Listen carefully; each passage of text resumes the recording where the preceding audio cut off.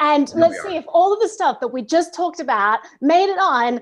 It says we're live. Welcome to the show, everyone. This is another episode of Coin Watch, where Paul Puey, the CEO of Edge, and I choose 2 coins each episode, and we discuss them. We discuss them in depth, talking about the history of how these coins came about, taking a deep dive into the tech of these coins, and then talking about the latest news. And so we've chosen 2 coins this week that are pretty exciting, and we did a poll, which was we didn't choose them, actually. The community chose them. They sure did.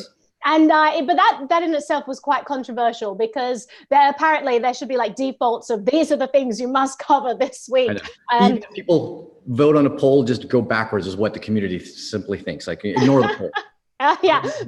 But pretty excited about the coins that were chosen. We are, of course, covering Dash and Monero this week. A lot of exciting things going on in the news regarding both of these coins. So we'll talk about the news in a second. But first of all, we want to give people an overview of this, because there's a lot of FUD surrounding both of these coins, and we want to dispel that. But there are also, maybe some issues that perhaps need to be clarified. So Paul Puey, you have in-depth knowledge of so many coins across the ecosystem. Being the CEO of Edge, you have had to work super closely with a whole bunch of coins. Like, how long has Monero and Dash been on Edge Wallet, for example? Gosh, so Manera we had added in middle of 2018, around June, July of 2018, and then Dash a few months before that. So we had launched Edge in February of 2018, and if it wasn't right at launch, it was pretty soon after that we added support for Dash. I've been excited about the currency for quite some time. I'm generally a supporter of what they're doing over at Dash. A lot of cool stuff to talk about, but we'll be as fair as possible. There's always some pros and cons of every currency, including Bitcoin, and so we'll cover the full gamut. But yeah, we've supported Dash and Monero, and I think we're still one of the only kind of multi-asset mobile solutions that supports Monero. There might be one other one, but we're the first, and that definitely creates a lot of visibility and interest in the product, because Monero is definitely a hot coin. Absolutely. And it's really cool that Edge has such exposure to all these different projects, because it really gives you this unique insight into what's going on in the space. There are a lot of people who are like, I'm 100% in Dash, I'm 100% in Bitcoin, I'm 100% in Bitcoin Cash. And it kind of creates this very parochial view of everything we're doing is amazing, everything they're doing is terrible. So to have someone like you who's worked closely with all these projects to kind of say, well, let's have a fair look. Let's actually look at what's going on, because there's super interesting innovations going on across the whole blockchain space that I think shouldn't be discounted. So let's start off by talking about Dash. Now, Dash has been huge in the news this week. Obviously, they were just listed on Coinbase, which is this awesome thing that they've achieved. That's a good exchange. So, Paul, why don't you start off by talking about that and why everyone's so excited about this? Well, obviously getting listed for a coin, while it's not core to the technology of a coin and its value proposition, does give the coin more exposure, right? When you're listed with listing in larger exchanges, you get better liquidity. With better liquidity means that you can go into and out of the coin without paying as big of a fee or as big of a spread. So obviously getting listed on Coinbase Pro, which is one of the bigger exchanges in the world, has a good positive benefit for Dash, for, once again, people to get into and out of Dash as necessary. Yeah, no, that's there's also something interesting about like how many confirmations they require on Coinbase. Right. And everyone's really excited. So does this give us like any extra information about Dash? Because a lot of people are saying like, this means that it's more secure than Bitcoin. What is your take on this? So Dash, and this kind of goes into the architecture of Dash, but in some ways, one confirmation of Dash with an equivalent, you kind of have to compare apples to apples, right? So one confirmation in Dash, when compared to another cryptocurrency that has the same block time and the same hashing power, can be considered more secure. It's hard to compare apples to oranges, where Bitcoin has more hash power, but has longer block times. And so therefore each block has more hashing power in it. Plus the currency as a whole is worth more. And so there's just simply more energy going into a single confirmation. But Dash's 2-tier system, where there's both confirmation from proof of work miners, but as well, there are signatures from proof of service or proof of stake masternodes, effectively gives you a double check on transactions that go through the network and blocks that go through the network, giving you a higher sense of confidence that a transaction in a block won't be reversed. So in essence, when compared side by side with equivalent proof of work currencies, Dash does have a higher level of confidence and a higher level of security for the same number of confirmations. That's pretty interesting, and I know the community has been super excited about that.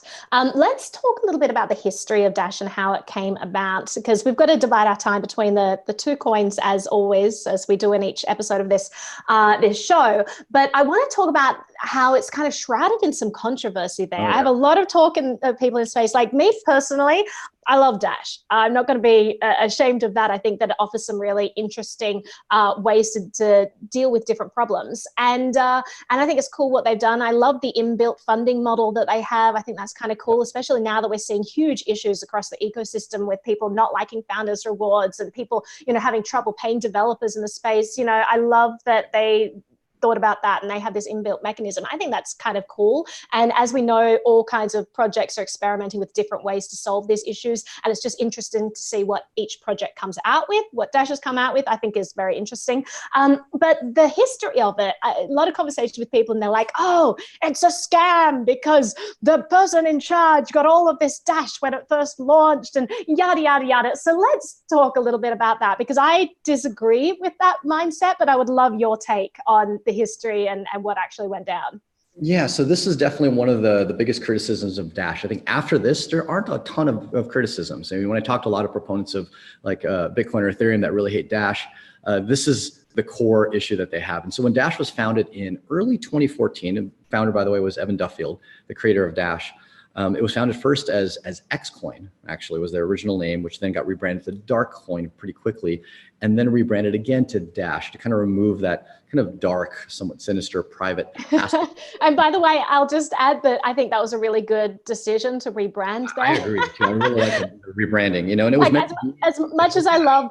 Yeah. As much as I love the dark web and I love all that, and we could just call it the free web and the free market and all of that. I think using the words dark creates an unnecessary connotation that maybe pushes people away from a coin that otherwise would be very interested in it. So love exactly. We live in the light. We wake up when the sun rises. At least majority of us do, and so we appreciate the light. So hence, yes, I think the rebrand from Darkcoin was a generally positive thing, and digital cash and Dash works really well. And so, but from the very beginning, Dash was designed to be, it was a fork of Litecoin, but with a change of the hashing algorithm to be also, better, to have better ASIC resistance.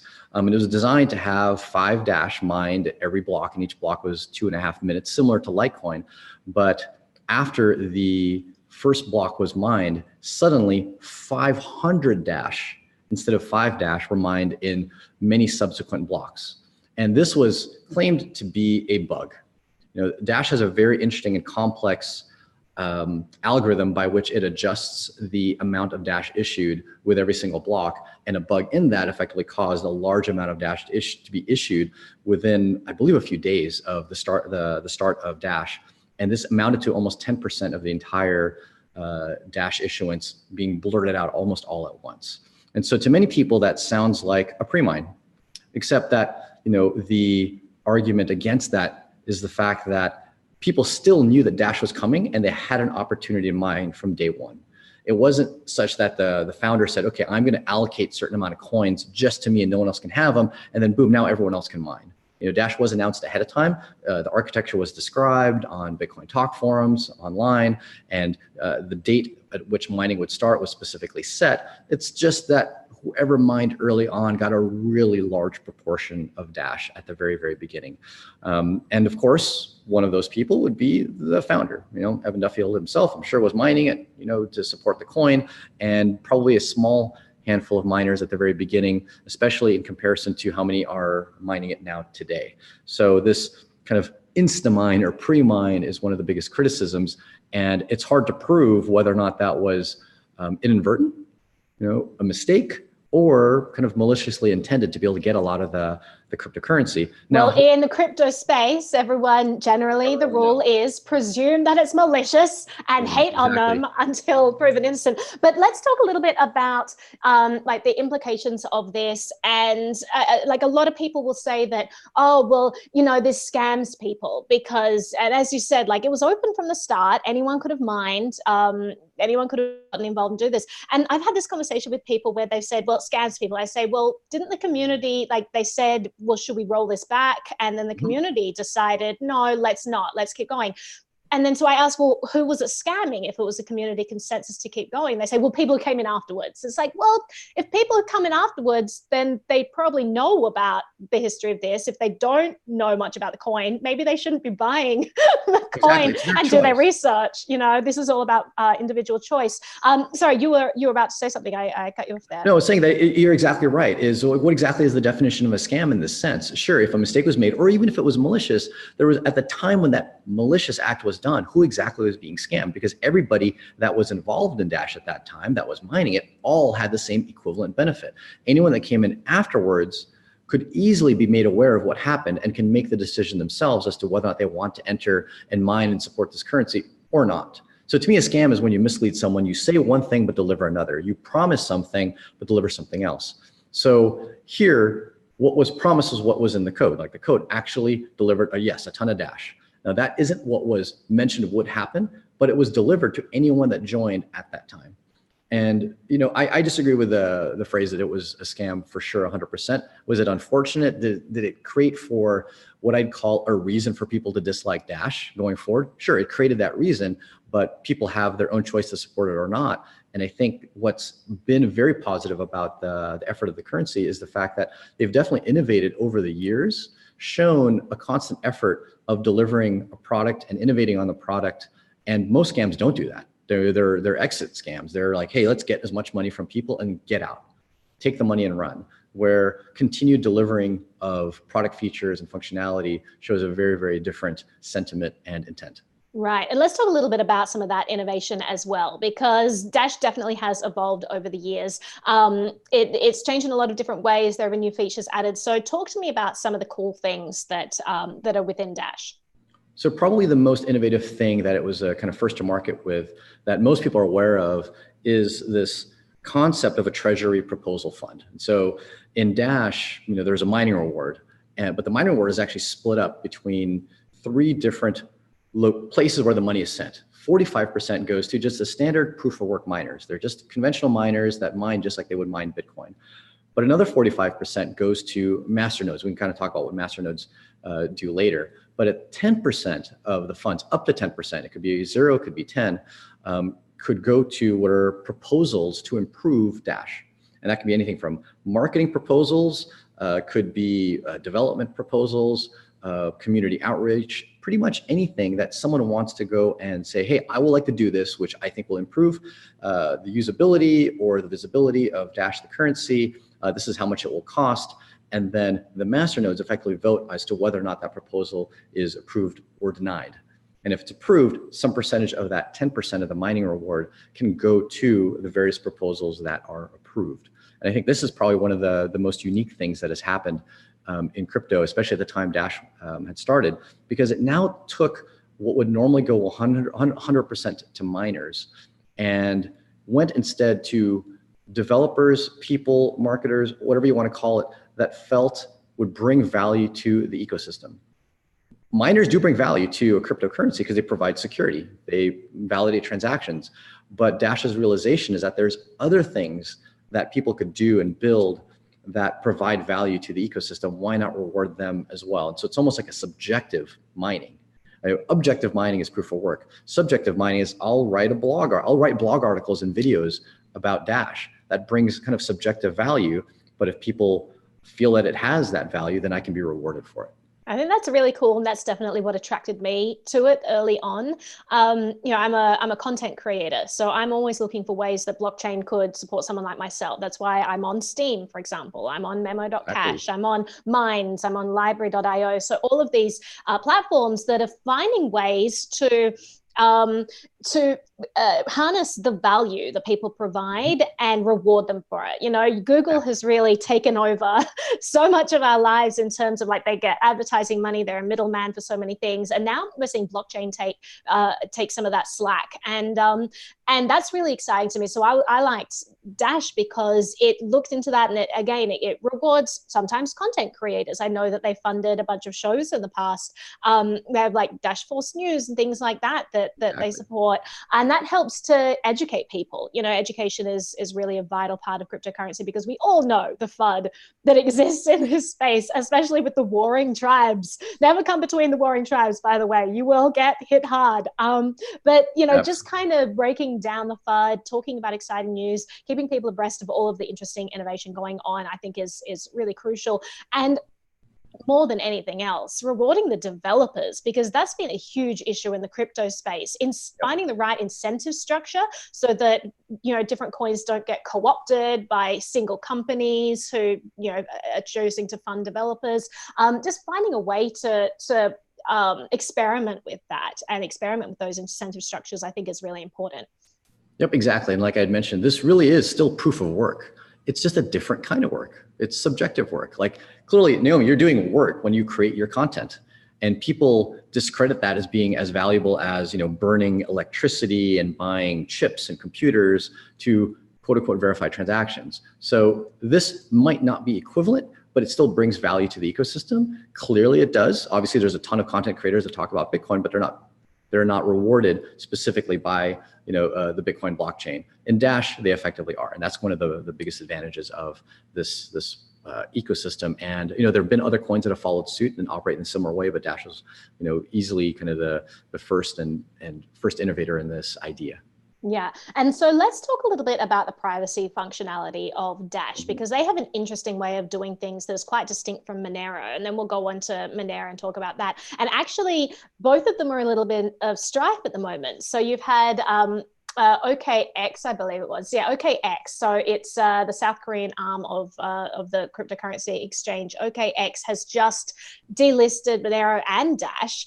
And people say, well, Monero, you know, and Dash, they're being targeted because of this privacy functionality that they provide. So talk about how Dash provides that. So whenever I talk about privacy functionality, I like to break it up into a few key areas of privacy that different coins either target or implement or help solve, which kind of falls into the buckets of, number one, the sender's privacy, meaning, do you know who sent the money? Then there's the recipient privacies, you know, can you follow the recipient and determine who that is that has received the money? And then there's the privacy of the transaction itself. Can you see the different inputs and outputs and the amounts inside of the transaction? And so Dash really solves what I call the sender privacy, which is typically solved by some aspect of mixing. You hear of CoinJoin as an implementation of a mixing service in Bitcoin, and many people, really that's kind of the one and primary way that Bitcoin has an option for improved privacy. That effectively was implemented inside of Dash with specific standards. So number one, in CoinJoin, you're typically looking at some service that's offering this mixing, and you connect to them to mix your outputs. Basically take some money that you have in various addresses in whether Dash or Bitcoin, and put that money into a transaction that someone else also puts into a transaction, someone else also puts into a transaction. So it's as if me and you, Naomi, and say 5 other people wanted to mix our funds, we all send parts of our money into a single gigantic transaction that then also spreads the outputs of that transaction to either other people or back to ourselves. So usually it's a third-party service. With Dash having masternodes, the masternodes actually fulfill that service for you. And you have the option of going from one masternode to mix some funds into another masternode, to give you a higher level of privacy. Because one of the disadvantages of mixing using this type of mechanism is that the masternode itself knows which inputs are yours and which outputs are yours, because you have to specify that to a masternode or to any of these mixing services. So if you compromise a mixing service, then you have a high chance of compromising the privacy of the mixing transaction. But by having multiple masternodes used in Dash, up to 8 in a mixing transaction, you effectively obfuscate which of the inputs are yours and outputs are yours, because you've gone through multiple in the process of mixing your funds. One additional piece of the private send feature in Dash is that it requires that the amounts be specific denominations. One of the reasons for this is if I were to enter a mixing transaction, for example, with you, Naomi, and I were to send 1.83 Dash, and you were to send 5.2 Dash, and we bring that into the transaction, but the output of that transaction is 1.83 and 5.82, I think I said, then it's pretty clear who owns the output relative to who owned the input. But by having consistent denominations, 1 dash, 10 dash, 0.1 dash, 100 dash, 1,000 dash, always denominated in units of 10, and lumping the similar denominations together, it's much harder to tell when looking at the blockchain which inputs belong to the same person as the equivalent outputs. So this requirement definitely helps improve the privacy in a Dash private send. And this is effectively what is implemented in Dash optionally. It doesn't happen with every single transaction. You don't have to use it. Many wallets, unfortunately, don't support it, including Edge, because there is some complexity in supporting it. But it is one aspect of privacy that can be done and is additionally enabled a little bit better with the fact that they've got master nodes versus having to utilize a third-party service. Yeah, that's really cool that they obfuscate the amounts, because I know that that's a huge issue that different like coin join features and things have been trying to deal with. I know that Cash Shuffle has their version of how they deal with that, and I think those consistent amounts are really important. But talking about the reason that Dash has been delisted, and in the past they were delisted on another exchange as well briefly, like they were on eToro X delisted Dash, but then they reinstated it. And you have Ryan Taylor, who said that basically FATF, which is the Financial Action Task Force of Money Laundering, which is this intergovernmental organization, they've made rulings about privacy coins. And so you've got a lot of different exchanges adhering to those rulings saying, okay, we will delist. But what Ryan Taylor has said is that Dash is identical to Bitcoin and is 100% capable of meeting the requirements. So they, in order to get reinstated on eToro X, they actually partnered with Blockchain Intel and Coin Firm to provide compliance services for the Dash blockchain. So there are ways that they apparently can be compliant. So it seems pretty heavy-handed that certain exchanges are just like, nope, you're off. We don't want it. We don't care about your capacity there. Do you have any thoughts on that? Yeah, my thoughts are that Ryan Taylor is right in the sense that Dash is very, very similar to Bitcoin. It does have more built-in functionality for this mixing service. However, Bitcoin could effectively add the exact same thing, but it's on a more wallet-by-wallet basis, and it's a bit more fragmented as to how you implement the different coin join or mixing services, whereas Dash is a bit more standard. But its traceability, correct, is about equivalent. All right, this is just one piece of the privacy puzzle. It's just sender privacy. It's not recipient privacy, and it's not really even amount privacy. Even though the mix that happens in Dash will have the same denominations, you still see what the denominations are. And this is something that other coins such as Manera significantly improve on. So it's odd that it was delisted in the first place when compared to Bitcoin, because if it were, then one would say, well, Bitcoin effectively has the capability of having the same level of privacy. It just happens to not be as well standardized. That's really the difference, is how standardized the privacy feature is. Yeah, no, it's very sad, and it's also it's really sad to see this attack against coins that offer privacy, because ultimately we want privacy in our transactions. You know, Bitcoin is too transparent, and people are working on that. That's why we have CoinJoin. You know, Bitcoin Cash has Cash Shuffle. We have all these implementations, different wallets. Your Samurai, Wasabi are looking into helping obfuscate transactions in that way. So, like, this is something we need to be embracing, and it's a strange contradiction, because the politicians on the one hand are like, everything must be transparent. We need all the details of every financial move you make. But then they have these Facebook hearings and they're like, well, you guys will collect too much data on people's financial transactions if you have the Libra. We can't allow that because financial, privacy is important. And the crypto space is going like, yes, it is important. Let's apply that across the board rather than just to this one company.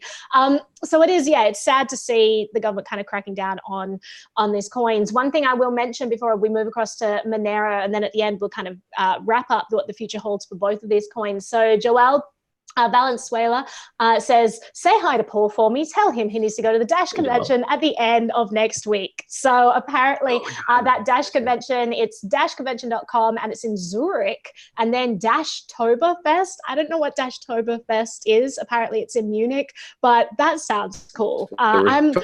I'm devastated that I wasn't invited to that, because I would love to talk about Dash and drink some beer. Sounds pretty fun. But he wants to know whether or not you were going to be there. So I don't know. I won't be, unfortunately, at the Dash convention over in Zurich. I would love to be. I'm actually going to be in Europe around just about right afterwards, but I'm actually in DC at AvantPay, which is a conference talking about payments for cannabis. a ton of crypto is going to be talked about at that event. So unfortunately, I won't be able to make it, but I'd love to go to another one. Joel, please let me know about it ahead of time. Give me a bit more of a heads up. Love to put it into the travel schedule because yes, I'd love to help support Dash and talk about it and see what are the new things coming up in the roadmap. Absolutely. Anyone wants to send me over there? Also happy to go and cover, but otherwise I'll be here in my studio. Yeah, otherwise I'll be here in my studio. For sure. I would love that. Wait, Joel says I was invited and I said I couldn't. Lies, Joel, lies. Not true at all. Actually, it is possible. I don't know. It is possible. So Uvis sent a message that says, sorry for hacking your poll, Naomi. I didn't realize you hacked my poll. Thank you for caring so much about my poll that you would hack it. I appreciate the effort. Anyone is welcome to hack my polls at any time. Just go for it. It's all good. Just shows you're passionate. Just poll. So let's move on. And since we're talking about delisting and all that, Monero has also gotten into strife. They have also been delisted from OKX Korea because of their privacy functionalities. So let's go back and talk a little bit about Monero. And then, as I said, at the end, we'll kind of recap both Dash and Monero and talk about some things that we can look forward to in the future. So Monero, Paul, go for it. I want to go and say one more thing about Dash because otherwise I will be hated by the Dash people if I don't mention it. Oh no, don't get hated. They wouldn't hate you. They're too nice. They're going to hate me. Oh, you didn't mention X, Y, and Z about Dash. I'm going to real quickly, probably in the next 100 seconds, mention two great pieces of functionality in Dash. Number one, private send. Right. So we talked about private send, instant send. So the ability to get a confirmation or have high confidence that your money will be confirmed.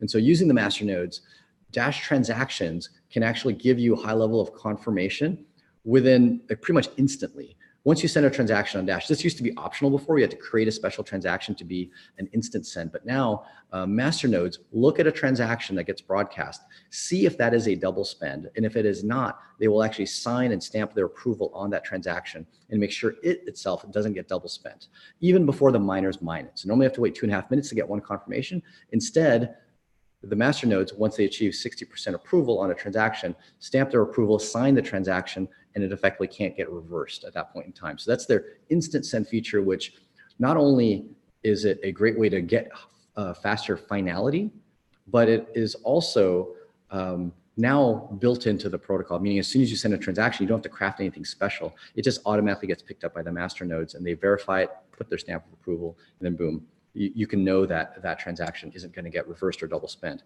That's one thing. And then as well, chain locks. This was recently added where you can have a high level of confidence that block reorgs won't happen.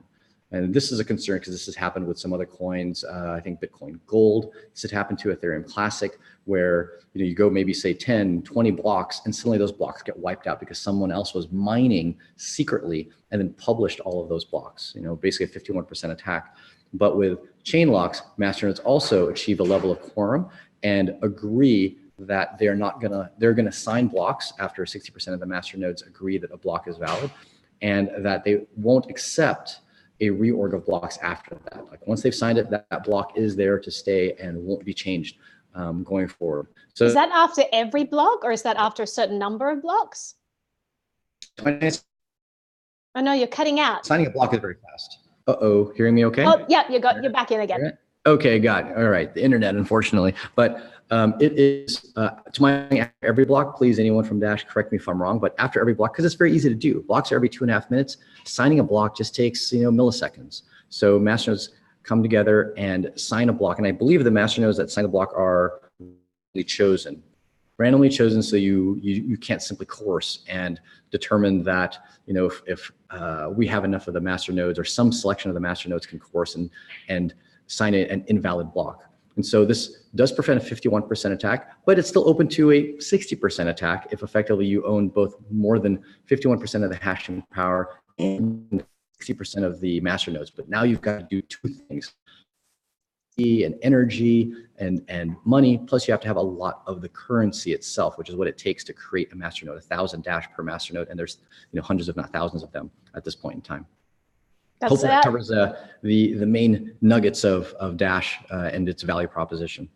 Absolutely. And if there are other things that you guys want us to cover, then send it through in the chat there. I'll take a look at that. But in the meantime, let's move over to Monero. Let's talk about the history of this. So Monero is one of the go-to privacy coins out there. It's very popular. It's popular for all of the malicious mining that goes on in, you know, people's browsers. You hear every other week, it's like, oh, there's this undercover Monero miner just sitting in people's browsers.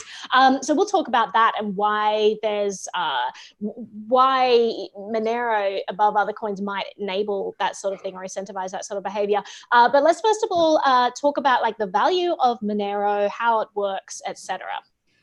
Definitely. So as many people are aware, the big value of Monero is privacy. It has one of the most privacy-oriented architectures in the cryptocurrency world. It's not perfect. Nothing is 100% private, just like nothing is 100% secure. But one of its big advantages is that it's private by default, meaning it's not an optional privacy, unlike private send and dash, where you can opt to use it or not opt to use it. Pretty much all the transactions in Monero include all of its levels of privacy. And as I'd mentioned in Dash, when talking about Dash, Dash includes a private send, which helps obfuscate the sender, but it doesn't obfuscate the transaction details that much, and it doesn't obfuscate the recipient. Monero includes technology to do all three, and with every single transaction, automatically by default. And I think that's the reason why a lot of people have a lot of excitement about it, and it's achieved its level of reputation for good and bad, you know, especially within governments. Yeah, and let's talk a little bit about why that default setting is important, because really when you want things to be obfuscated, you want things to be private, you want as many people to be opting into this privacy functionality as possible, because then that increases the set of people that are obfuscating things. You know, if you've got like 2 transactions that were shielded and then the rest of them are not, so you can probably determine, you know, which people are doing what. So the fact that Manera has that as a default is pretty cool. It is actually really important, especially from the sender privacy. You know, we talked about this concept of mixing funds between different people and then obfuscating who owns the different outputs that are going into this big transaction that mixes funds between several people. Well, if only a small number of people are using that, then you can kind of target the smaller number of people as using these privacy features and everyone else isn't. But if a larger number of people are using it, then you have much better obfuscation. It's still not perfect, but you definitely improve with better adoption. So as the coin gets used by more people and those specific privacy features are used by more people, then privacy is achieved for everyone else. And like I've said a few times in the past, privacy really is achieved when people that don't care about it and get it as well. Mm-hmm. Because there are a few of us that obviously do care about privacy, but we're a small percentage of the population. And that's so sad. That needs to change, but you're absolutely right. If we can make it easier for everyone to get involved, that really heightens the importance of the coin and the value of it. It heightens the importance, but it actually gives better privacy to the people that actually need it and care more about it. You know, because if there was only 5 people in the entire world that cared about privacy and therefore used, you know, encrypted communication and privacy-oriented coins, then you could easily find those specific 5 people. But if there are 5 people that care about privacy, but 6 billion people use the exact same tools, you wouldn't be able to find those 5 people that, you know, are the ones that want to be targeted by governments. So it's important that everybody be using it. And I think that's the key value proposition of Monero, is that it's private by default. And we really hadn't seen that until Monero came out. There's obviously been the efforts with Dash and to some degree, you know, after Monero Zcash, but the by default I think is really key, and covering the 3 bases of privacy tech: the sender, the recipient, and the transaction. And it's funny that you mentioned before the show how, you know, ages ago, the government banned encryption and now they require encryption. And right now we're seeing this pushback against coins that offer privacy and obfuscate transactions, et cetera. I wonder, like, where do you see the future going? Do you see that governments will one day start embracing this financial obfuscation, financial opaqueness, and the right to people's privacy? Or do you see them always having a pushback against this? No, I think they're absolutely going to embrace it. They're going to embrace it when they need it themselves. This is kind of what happened with the internet. They didn't like it because they didn't need the internet. They didn't necessarily use the internet to a strong degree, and they didn't have financial transactions between citizens and the government using the internet. But as soon as that became important, then privacy became mandated. You know, it wasn't even just accepted; it became mandated, and you couldn't do transactions. You couldn't be a bank that did digital transactions with your customers without implementing SSL encryption. So I think that will change over time as cryptocurrency becomes etched into our economy and we actually need it to be able to function, and they realize the value of that privacy, at that point, then it will actually be not just accepted, but almost required to some degree. How much of a degree it will be required, hard to say. Will they require certain coins, certain features? Don't know, but I'm fairly confident that it will be both accepted and to some degree required. We're just not there yet. And it may just be like a change in our mindset as well. I think Joel mentioned that, was it Joel? Yeah, he says, you know, the term privacy coin needs to go away. And I think that it will. Exactly. I think that right now, because a lot of transactions are public and everyone can see what's going where, we use it to denote ones that obfuscate that. But, you know, when we're talking about fiat transactions, we don't refer to a cash payment as a privacy payment. You know, it's just exactly. A cash transaction. So I think that as this becomes more common and as privacy becomes the default for different wallets, for different coins, as we get more like second layer solutions across coins that don't offer privacy as, you know, it's in its base code, I think that we are going to move towards that direction. We'll just, rather than having privacy transactions, we'll have transactions. Transactions, exactly. Yep. Exactly. So let's talk a little bit more about Monero. Maybe some of the criticisms that people have of it, but also like where it's edged. You've already talked about its edge, mind the pun, in terms of what it offers in terms of privacy. It's obviously competing against other coins like Zcash, and obviously, you know, we're not going to go into Zcash in this episode. We might talk about that in another episode if the poll dictates it such. Right. So, but talk to me a little bit about maybe some criticisms there and some other features that maybe Monero offers. So on the criticism side, other than, of course, governments criticizing its privacy, one aspect of, because it is so private, there's actually kind of challenges in usability. And people that are familiar with Bitcoin and Dash and other cryptocurrencies that have a bit more of that transparency might run into some of the issues with usability. So number one, when you get someone's Monero address and you send money to it, if all you ever remember is the transaction ID, that won't actually show you what address you sent money to. You can take a transaction ID, you look up in a block explorer, you'll have no idea what address that actually went to. So it's kind of hard to really kind of almost prove what you did with a transaction. And we experience this pretty intimately at Edge because we obviously have to provide customer support for people that send and receive Monero, and its opaqueness is one of its challenges. So when you send a transaction, knowing and remembering which address you had sent it to, and in some cases in Edge, we record that, is a key piece of just being able to associate, hey, this transaction was for a specific person, I did actually send that. That's one of its challenges. As well, Monero has multiple keys, and this is something that's fairly new. You don't just have your normal private key and public address. You actually have two sets of keys, all derived from the same master private key, which is like 25 words in Monero. But you have a private key, a view private key, and view public key. And then you have a spend private key and a spend public key. And the view private key is actually necessary to determine on the blockchain which transactions are yours. And so one of the criticisms of Monero is that it's actually hard to run a light client wallet. You pretty much have two choices.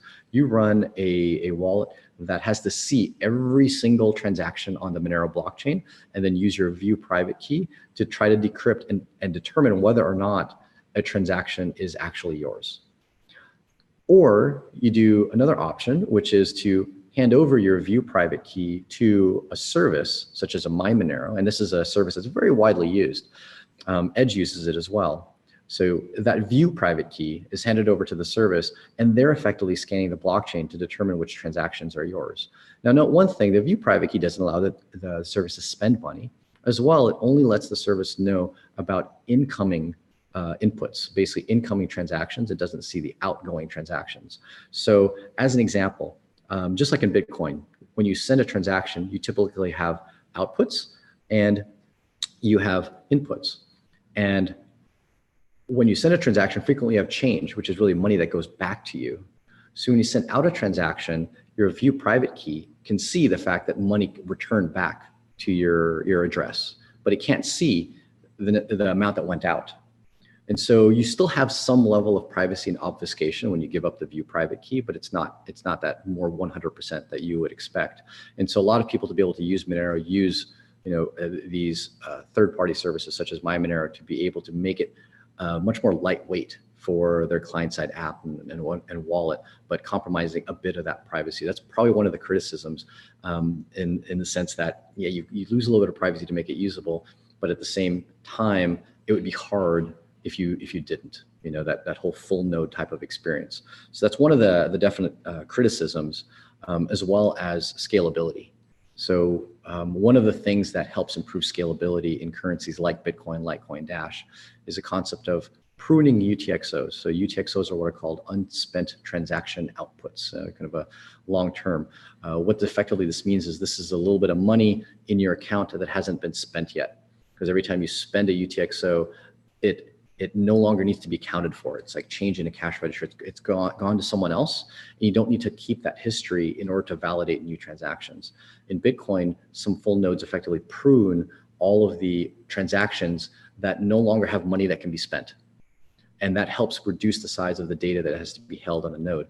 Because of the privacy of Monero, those spent nuggets of money, those UTXOs, can't be pruned because you don't actually know if they're already spent. A full node doesn't know that without the keys that each individual wallet and user has. And so they're having to hold pretty much the entire blockchain. So this is one of the other criticisms of Monero, is kind of this scalability from the full node point of view. Interestingly enough, on the scalability block size wise, many people don't know, Monero actually has this dynamic block size, which, in the midst of the entire block size debate, they've kind of partially solved by making it such that miners can really mine any block size they want, except that if they mine a block that is larger than the 100 block history median, kind of like an average, then they actually get penalized. So if a miner wanted to mine this huge block and effectively wipe out other miners and their nodes and crash their systems, they would get penalized significantly, up to losing the entire block reward. So it allows block size to increase more gradually versus kind of all at once, and being more consensus driven by, different miners increasing it slowly and approving that because it's kind of part of the system and you're not getting penalized for it. So a bit of a mouthful there as far as what Monero has to offer. Kind of, we started at the criticisms, but we could probably go into some of the core benefits other than the defaults afterwards. But otherwise, it's a great currency for people that do care about privacy. It's just on by default, everyone gets it, which is awesome. Yeah, and I think that is the most popular privacy coin out there. Is that correct? And have you seen that reflected in the people who use Edge Wallet? For sure, it definitely is the most popular privacy coin that I'm very much aware of. I know talked about privacy coins, Zcash comes in second, but it doesn't have what we are calling privacy by default. And I think the initial implementation of Zcash, we'll talk about it maybe so another episode, had significant limitations on usability for people on mobile or even smaller desktop laptop devices that needed high powered machines, but that's changing over time. That's something we can cover, at a later point in time. Great other technology, but Monero definitely high level of privacy, by default, on pretty much every application that could use it. And I think that's why it's so well adopted at this point in time.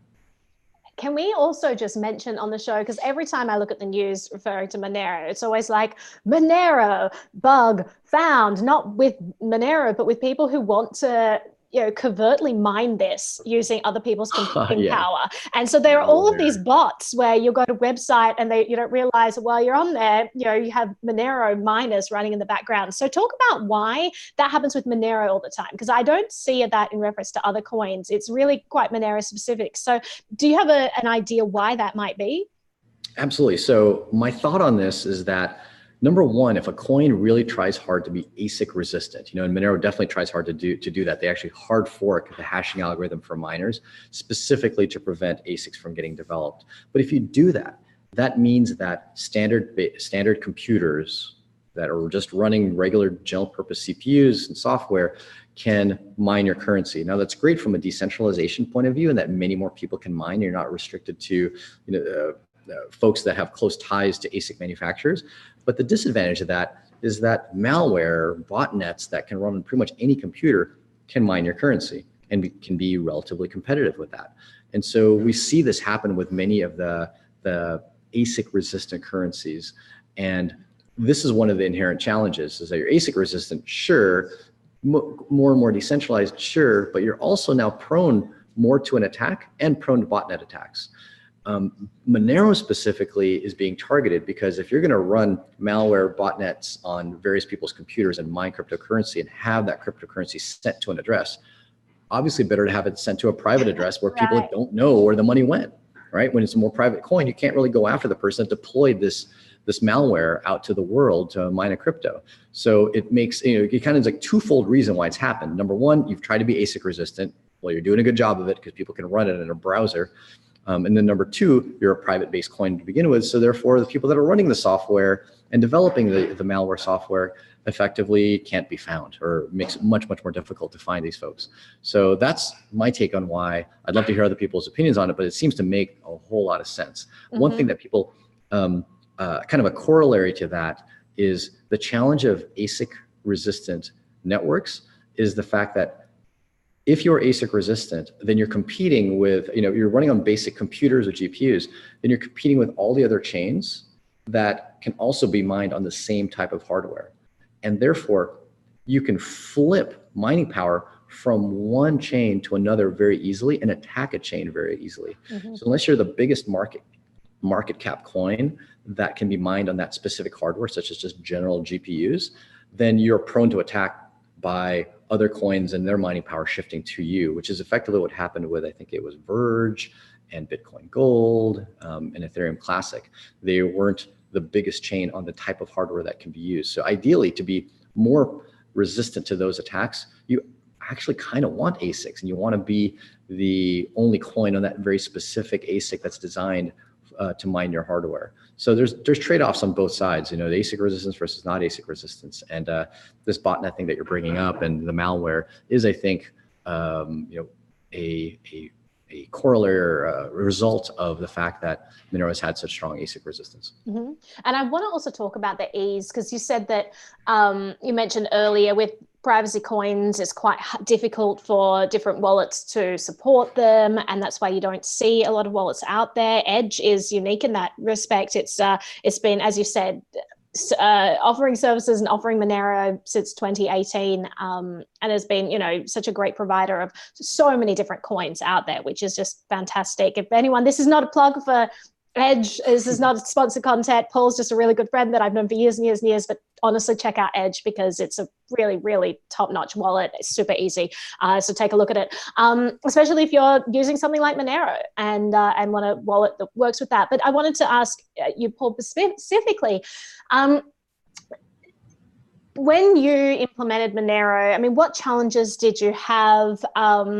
What deterrents do you think other wallets have from offering services to things like Monero? Yeah, definitely the software available to implement Monero was new, and it still is to some degree new and relatively kind of unique in the way it would implement into a third-party wallet. We've worked with the Monero team and actually utilized their chunks of their software and services to implement Monero into Edge. And really, that was software that was designed as a full monolithic application wallet all by itself. And as many developers probably know, it's hard to take a giant monolithic piece of code and then prune out parts that then other people can use. This is true of Bitcoin. So Bitcoin was giant and monolithic when Satoshi first put out the Bitcoin client. It was everything. It was a wallet, it was a full node, and it was a miner all in one. And it took a while to kind of start to segment all of that code out to be a bit more modular, where you could run a full node but not mine, run an SPV node and not a full node, not have the wallet or have the wallet in it.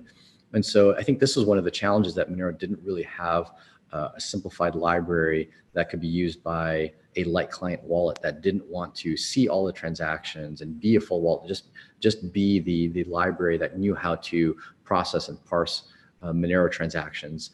Because it's hard to implement all of that complex cryptography yourself. You kind of need a library to do it for you. And dealing with a library that was really not designed as one, it was designed as a full application, its own wallet, was one of the inherent challenges. So it is definitely one of the tougher currencies for us to support, and one of the ones that we put continual effort into supporting, but we think it's well worth it. I think the community needs a simplified solution to be able to use and transact Monero and buy, sell, and exchange it.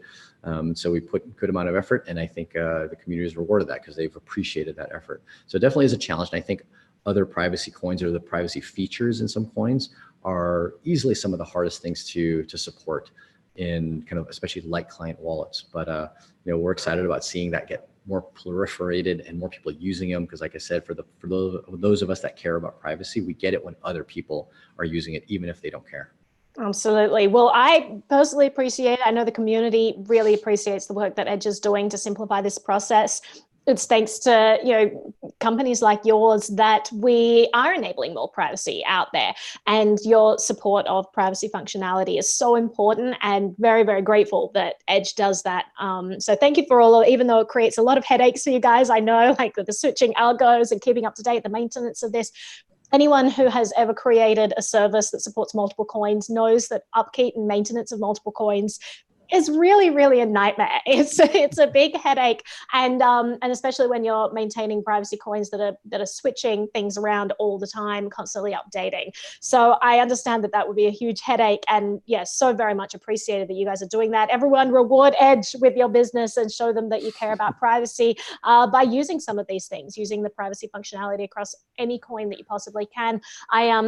I did an interview with Francois René Rideau, maybe it was about almost a year ago now. He's a good friend of mine. A lot of people on my channel love him because he kind of dresses like Jeffrey Tucker. They think that the two of them should. Tie in the suit. Yeah, the beret, the vest, all of that. He's delightful. I love that man. But he echoed exactly what you said, Paul, that privacy is so important, and the only time we're really going to have freedom in terms of monetary transactions and financial sovereignty and financial privacy is if the set of people using privacy in their transactions it becomes ubiquitous. The best privacy solution, like right now, you have governments that, like the Department of Treasury, create an entire department just dedicated towards hacking Monero and tracking it and figuring out if they can crack that. You can bet that they're doing the same for a whole bunch of different privacy coins or privacy functionality out there.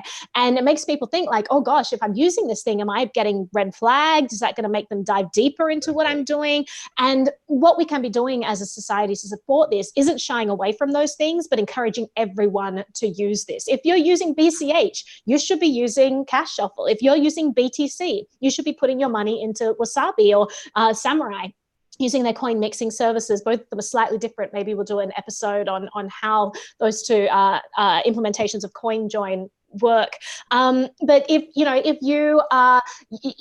should be using Manera, for example, you should be using the privacy features that Dash has to offer. You should be using all of this, because only once privacy becomes ubiquitous and everyone is using it are we truly going to be free. So highly encourage everyone to start looking into privacy functionality. It's super, super important.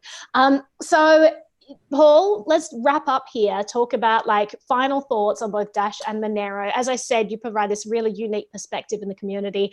You've got some big fans in the chat, actually. Everyone's like, oh my God, Paul's so smart. And it's absolutely true. Like, it's so wonderful to have you here sharing your expertise, because you've been in the space for so long, and Edge has been around for so long, and you've been working with all of these different coins and you really get an insight into what all parts of the ecosystem have to offer. I would just love your thoughts on like which direction Monero and Dash heading in. What are some exciting things we can look forward to in the future? Where do you think all of this is going? And especially with this fight with government that we're currently having, government's pressuring exchanges to delist coins that offer privacy, things like that. So like putting all of this together, what trajectory do you think both these coins are going in? So number one, I think what excites me most about both coins is that they're willing to change and adapt and innovate. They're not stagnant. If they need to, if you believe in Asic resistance, which Monero strongly believes in, they'll hard fork to do that. One of the most recent hard forks implemented bulletproofs, which made transactions so much smaller. This is the obfuscation of the different amounts that are inside of a transaction that mixes between multiple people. They've made your transaction smaller, faster, cheaper by implementing this, which did require quite a lot of coordination. It was a headache for us, but it long-term was a great change. And so I think the willingness to innovate and change is one of the things that excites me about the two currencies. They definitely have taken a bit more divergent of an approach, even though Dash has really focused on being more consumer retail payments, digital cash, and moved away from the branding of, dark coin and whatnot. And Monero's being on by default versus optional. I think that they both kind of offer a unique and divergent value proposition. I love the fact that the kind of budget proposal, masternode, treasury system in Dash continues to thrive, and people continue to create proposals to improve the currency. So how they change that going forward, I have yet to see kind of a roadmap of how that specifically is going to change, or whether or not it even really needs to change. But what's more interesting is, what are people going to propose? Like, that to me is kind of interesting. Even if the protocol doesn't change, what unique things are people going to propose that can help improve the adoption of the currency itself? Whether it be just proposing decentralized exchange functionality that, or a product that would enable people to decentralize cross-chain swaps between Dash and other coins, and all of that going through the proposal mechanism, which it wouldn't be able to in most other coins. With respect to Monero, I wouldn't be surprised, because of their so willingness to change and be more private and improve the protocol, if they started incorporating technology that actually improves on Monero, pulled out from other privacy-based coins like Zcash. So, we'll talk about that later, but Zcash has some, really innovative things that improve upon and eliminate some of the criticisms of Monero. But at the same time, Monero might just simply slurp it up and incorporate right into their protocol. And so that willingness to improve and change, I think, is what both of these currencies really bring to the ecosystem, and what make them very competitive and very visible to a lot of folks. So excited to kind of follow the trajectory and see what happens going forward.